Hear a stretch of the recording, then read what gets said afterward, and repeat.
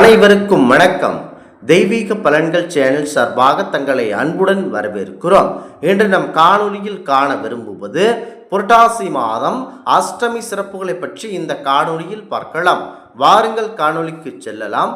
மறக்காமல் ஒரு சப்ஸ்கிரைப் செய்யவும். அஷ்டமி என்றாலே நம் கண்ணுக்கு சட்டென நினைவுக்கு வருவது அது பைரவர் தான்.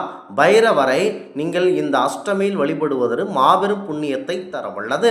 கால பைரவரை முனையாக வணங்குவதன் மூலம் தீராத விவகாரங்களில் சிக்கி கொண்டு தவிப்பது அனைத்துமே முடிவுக்கு வரும் என்பது நம்பிக்கை. ஒரு முறை பிரம்ம லோகத்தில் அமர்ந்திருந்த தெய்வங்கள் பல விஷயங்களை பற்றி பேசிக் கொண்டிருந்தனர். அப்பொழுது ஒரு தேவதை தெய்வங்களில் மிகவும் உத்தமமானவர் யார் என கேட்க, அங்கு அமர்ந்திருந்த பிரம்மா அவர் இருமாப்புடன் சற்றும் தாமதிக்காமல், இதில் என்ன சந்தேகம், என்னை விட உத்தமமானவர் எவர் இந்த லோகத்தில் இருக்கிறார் என்றார். அதை கேட்ட மகாவிஷ்ணு கோபம் அடைந்தார். இவருக்கும் வாக்குவாதம் ஏற்பட்டது. விவாத முடிவில் வராமல் அவர்கள் 4 வேதங்களையும் அழைத்து அவற்றின் கருத்துக்களை சற்று கேட்டனர். அந்த வேத அதிபதிகளும் சற்றும் தயங்காமல், எவர் தன்னை வேண்டி நிற்கும் பக்தர்களுக்கு உடனே சென்று அருள்பாலிக்கிறாரோ, எவர் மிக சக்தி வாய்ந்தவர் என மக்களால் கருதப்படுகிறாரோ, எவர் உலகத்தையும் ஆட்டுவித்தபடி அமர்ந்திருக்கின்றாரோ அவரே உத்தமமானவர் என்பதனால் அந்த அனைத்தையும் பெற்றுள்ளது சிவபெருமானே அனைவரையும் விட உத்தமமானவர் என வேத சாஸ்திரங்கள் கூறின.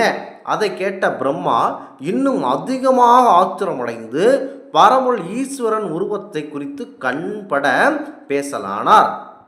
யார் அந்த ஈஸ்வரன்? உடலெங்கும் சாம்பல் பூசிக்கொண்டு ஜடமுடியுடன் மயான சாமியார்கள் போல தூசி படைந்த உடலுடன் இருந்து கொண்டு கழுத்து நிறைய மாலைகளும் பதில் பாம்புகளை தொங்க விட்டு கொண்டு ஒரு மாட்டின் மீது அமர்ந்து கொண்டு சுற்றி திரிகிறானே, பித்தன் போல இருக்கிறானே, அலைகிறானே, அவரா என்னை விட மேலானவர் என தற்குறித்தனமாக சிரிக்கிறார் என மென்மேலும் ஏசிக்கொண்டே இருக்கையில் கைலாயத்தில் இருந்த பரம்பொருள் சிவபெருமானின் காதுகள் அவை அனைத்தும் விழுந்தன. கொதித்து போனார் பரம்பொருள் சிவபெருமான். விஷ்ணு மற்றும் பிற கடவுள்களுக்கும் தேவதைகளுக்கும் பிரம்மா உரத்த குரலில் பரம்பொருள் சிவபெருமானை பற்றி ஏசிக்கொண்டிருந்த போது அதனை கேட்டு மிருந்து நிற்கையில் அவர்கள் முன் ஒரு பெரும் சப்தத்துடன் கூடிய ஒளி வெள்ளம் தோன்றியது. அதனிடையே ஒரு மனிதன் தோன்ற பிரம்மா அவரை பார்த்து கத்தினார். ஏ நீ யார், இங்கு ஏன் வந்தாய் என பிரம்மா கத்தையில் அந்த மனிதன் உடனடியாக ஒரு குழந்தை உருவில் மாறி அழத் துவங்கியது.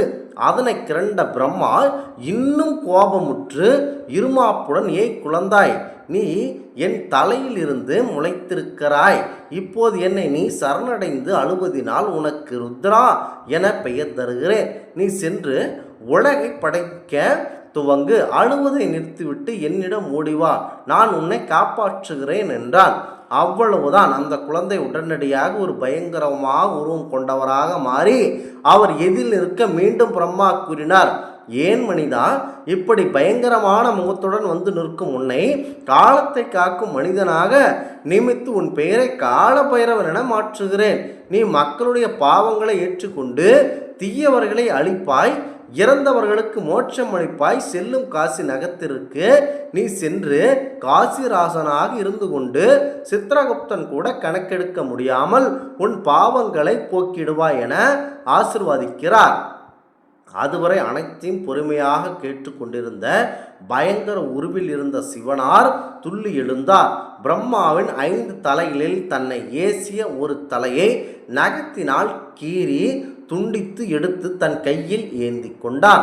தன் சுய உருவை காட்டி, ஓ பிரம்மனே, உன்னுடைய எந்த தலை என்னை நினைத்தது பாவத்தை பெற்றதோ அந்த தலையை பைரவர் அடித்து விட்டார் என கூறி, அப்பொழுதுதான் பிரம்மா மற்றும் அனைவருக்கும் புரிந்தது வந்துள்ளது பரம்பொருள் சிவபெருமானே என அனைவரும் விளங்கியது. அவரே தன் ஒரு ரூபமாக பைரவரை தோற்றுவித்துள்ளார். தன் முன் நின்ற சிவபெருமானை அனைவரும் வணங்கினர். அடுத்து தன்னால் தோற்றுவிக்கப்பட்ட பைரவரிடம் சிவபெருமான் கூறினார், நீ பிரம்மாவின் 5 தலையில் ஒன்றை துண்டித்ததினால் ஏற்பட்டுள்ள பிரம்ம அத்தி தோஷத்தை துளைக்க அந்த தலையை பைரவர் உருவில் ஏந்திய வண்ணம் உலகெங்கும் சுற்றி கொண்டு பிச்சை பெற்று கொண்டு வண்ணம் காசியை அடைந்து அந்த பாவத்தை துளைத்து போக்க வேண்டும் என கூறுகிறார்கள்.